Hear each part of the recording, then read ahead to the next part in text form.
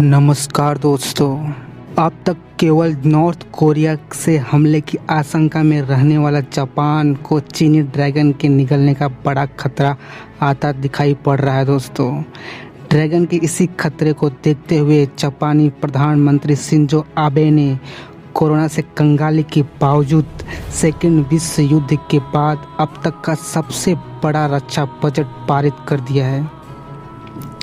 Japan को चीन से किस तरह का खतरा है और ड्रैगन को काबू करने के लिए टोक्यो की क्या रणनीति है, आइए जानते दोस्तों आप सभी से रिक्वेस्ट है, वीडियो थोड़ी बड़ी होगी बट मैं आपको यकीन दिलाता हूँ पूरा वीडियो देखने के बाद आपको दूसरी वीडियो देखने की ज़रूरत नहीं पड़ेगी। ये जापान की क्या स्ट्रेटजी है अगेंस्ट चाइना। सेकेंड विश्व युद्ध के बाद केवल आत्मरक्षा के लिए सेना रखने वाले जापान ने चीन से निपटने के लिए अब तक अपनी नीतियों में आक्रामक रुख अख्तियार कर लिया है। जापान ने अपनी सेना को आधुनिक बनाने के लिए 46.3 अरब डॉलर का भारी भरकम रक्षा बजट आवंटित किया है। जापान की संसद डायट ने इस बजट को अपनी स्वीकृति भी दे दी है।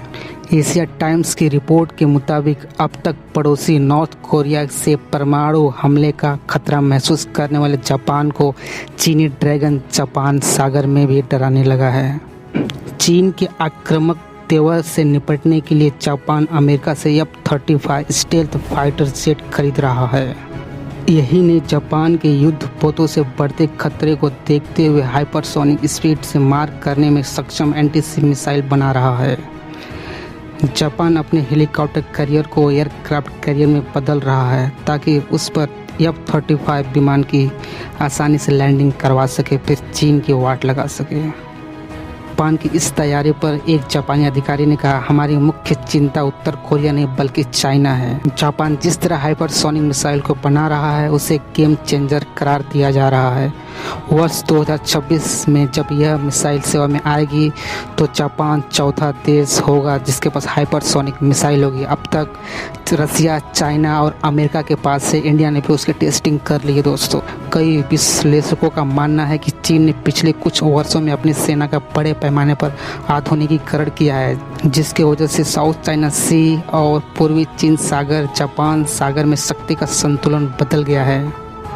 चीनी सेना के मुकाबले अब जापान भी बहुत तेज़ी से अपनी सेना का आधुनिकीकरण कर रहा है। अमेरिका जापान को बड़े पैमाने पर ऐसे हथियार और उन्नत तकनीकें मुहैया करा रहा है जो उसने चीन के खिलाफ बनाए हैं। चीन और जापान के बीच सेनकाकू द्वीप समूह को लेकर लंबे समय से विवाद चल रहा है दोस्तों।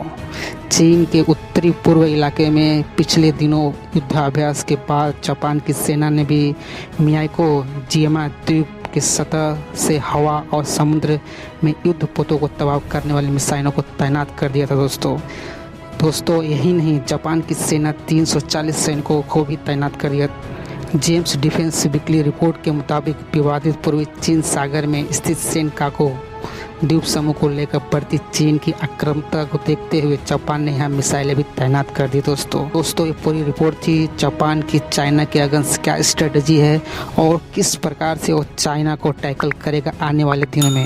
दोस्तों रिपोर्ट अच्छी लगी हो तो प्लीज़ वीडियो को लाइक और शेयर करें। धन्यवाद, मिलते हैं अगले वीडियो में।